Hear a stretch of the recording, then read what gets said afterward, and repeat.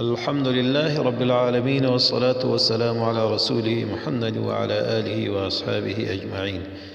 قدرمندو محترمینو اوریدونکو، نن ستاسو په درانه خدمت کې فضائل د سورة الملک او فواید د سورة الملک بیانیږي چې ډېر بهترین فضائل او فواید لري.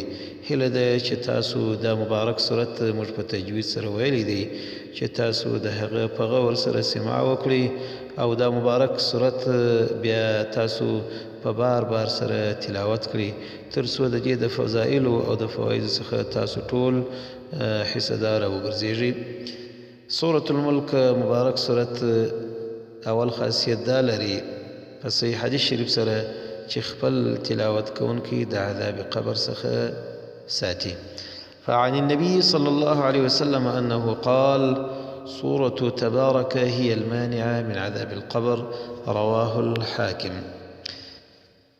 النبي صلى الله عليه وصحبه وسلم فرمایل چې سورة تبارك الذي بيده الملك دا مبارک سره چې دا منع کوونکی دی د عذاب قبر څخه، خپل تلاوت کوونکی د عذاب قبر څخه ساتي او عذاب د قبر ودلره نه پرېږدي. امام حاکم رحمت الله تعالی علیه په خپل کتاب کې دغه حدیث شریف روایت کړی دی. سورة الملک دومه فائده ده د تشفع لصاحبها یوم القیامه، په ورځ د قیامت د خپل تلاوت کوونکي د خپل انډیوال د خپل ملګري دپاره شفاعت غواړي.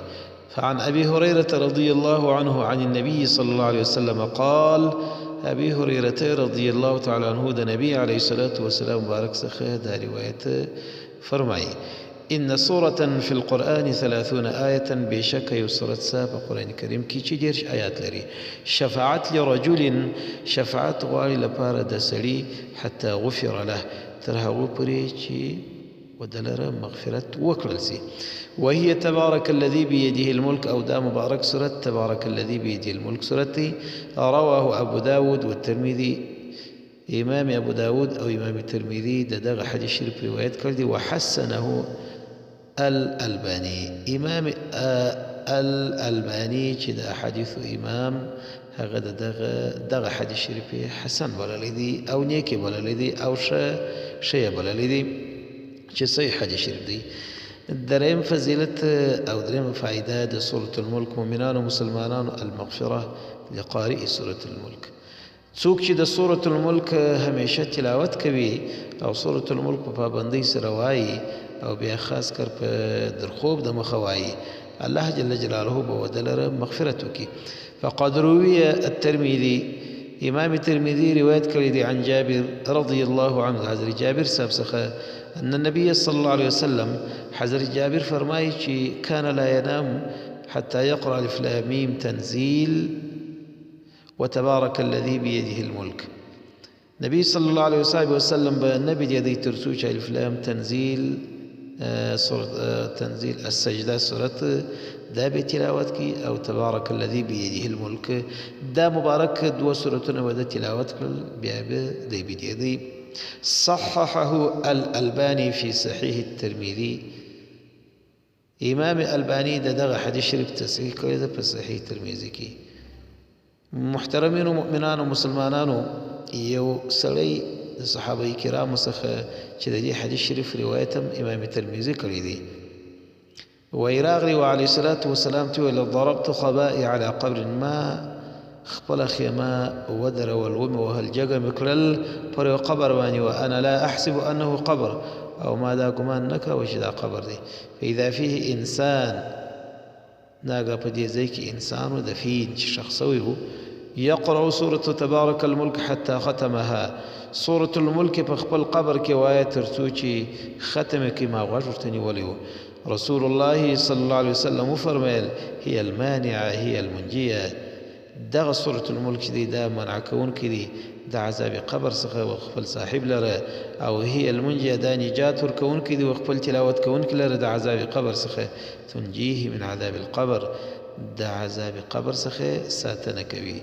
نو الله تبارک وتعالی د مؤمنانو مسلمانانو موږ او تاسو ته د زړه له کومې د خپل قرآن کریم سره محبت او رغبت را نصیب کړي نو تاسو په خپلو ځانونو باندې، په خپلو اولادونو باندې، په خپلو زنانو باندې، په خپلو بچیانو باندې، په خپلو ملګرو انډیوالانو باندې، په ټولو باندې سورة الملک مبارک صورت واورئ او ورباندې زده کړئ او دا سنت طریقه د نبی علیه الصلاة والسلام په خپل ځانونو کې را ژوندی کړي. د شپې چې بیدېږئ د خوبه څخه مخکې دا مبارک صورت وایاست. همدغه مبارک صورت به ستاسو په ورځ د قیامت د الله جل جلاله په حضور کې تر هغو پورې شفاعت غواړي تر څو چې په الله مو بخشي، او دا به تاسو د عذاب قبر څخه هغه د تنهایی او د دهشت کور هغه قبر او لحد دا به هلته ستاسو تر قیامته پورې تر څو چې بعث کول کېږي د انسانانو د خپلو قبرونو څخه راپاڅېږي تر هغو پورې به سورة الملک ستاسو څخه عذاب قبر هغه به منع کړي و تاسو ته به نجات درکړي. وآخر دعوانا أن الحمد لله رب العالمين. أعوذ بالله من الشيطان الرجيم. بسم الله الرحمن الرحيم.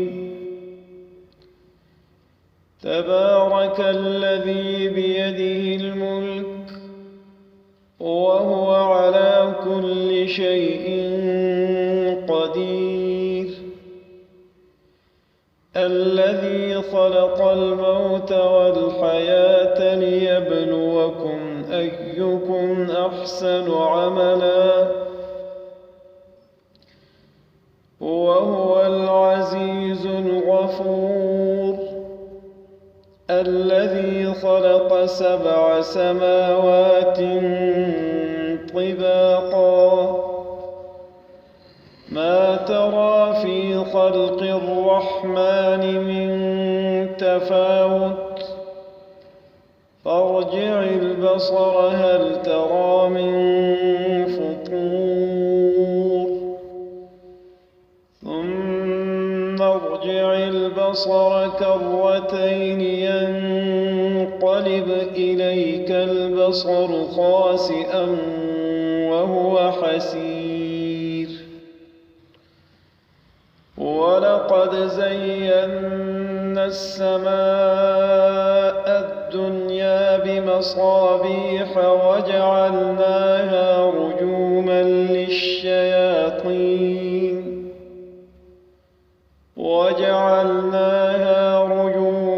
للشياطين وأعتدنا لهم عذاب السعير. وللذين كفروا بربهم عذاب جهنم وبئس المصير.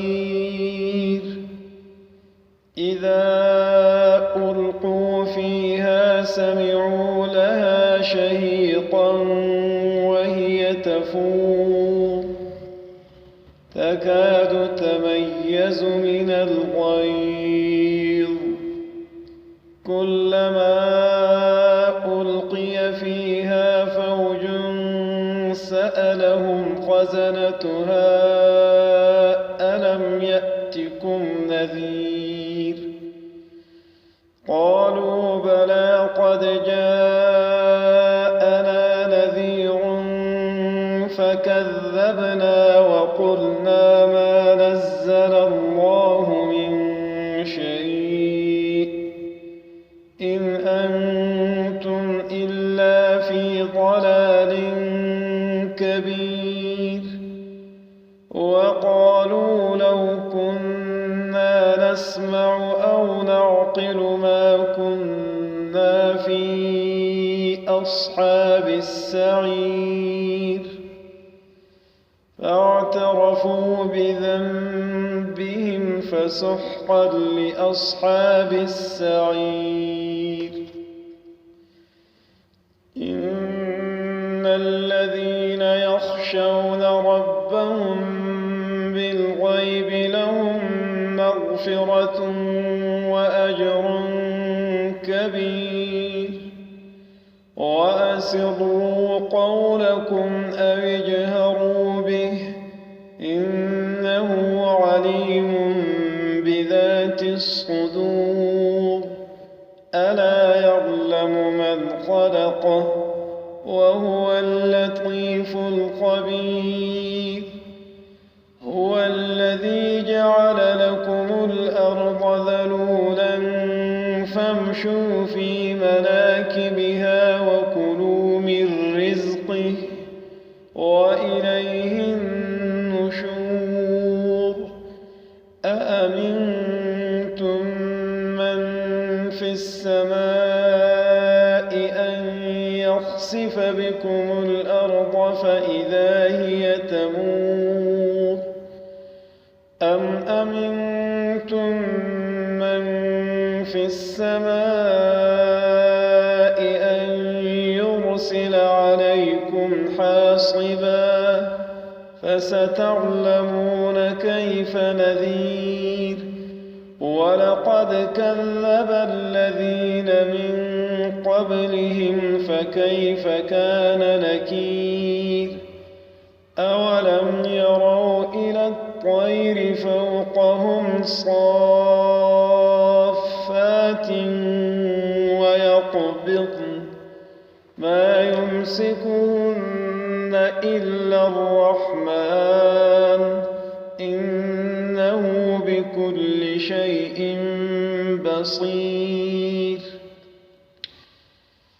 أمن هذا الذي هو جند لكم ينصركم من دون الرحمن إن الكافرون إلا في غرور. أمن هذا الذي يرزقكم إن أمسك رزقه بل لجوا في عتو ونفور. أفمن يمشي مكبا على وجهه أهدى أمن يمشي سويا على صراط مستقيم. قل هو الذي أنشأكم وجعل لكم السمع والأبصار والأفئدة قليلا ما تشكرون. قل هو الذي ذرأكم في الأرض وإليه تحشرون. ويقولون متى هذا الوعد إن كنتم صادقين. قل إنما العلم عند الله وإنما أنا نذير مبين. فلما رأوه زلفة سيئت وجوه الذين كفروا وقيل هذا الذي كنتم به تدعون. قل أرأيتم إن أهلكني الله ومن معي أو رحمنا فمن يجير الكافرين من عذاب أليم. قل هو الرحمن آمنا به وعليه توكلنا فستعلمون من هو في ضلال مبين. قل أرأيتم إن أصبح ماؤكم